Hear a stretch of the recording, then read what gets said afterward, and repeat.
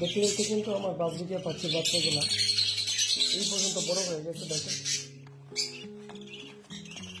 আপনারা তো অলরেডি এই বাচ্চাগুলো দেখছেন যে এখানে 7টা বেবি ছিল, 7টা বেবি কিন্তু এখন পর্যন্ত আছে।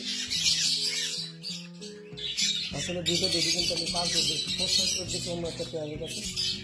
ওদেরকে দিয়ে দিলাম একটু নেস্টিং দেওয়ার কারণ হচ্ছে যখন বাচ্চাগুলো আস্তে আস্তে একটু বড় হতে থাকে তখন কিন্তু প্রচুর পরিমাণে কোচ চায়, যার কারণে স্যাঁতস্যাঁতে একটা ভাব তৈরি হতে পারে।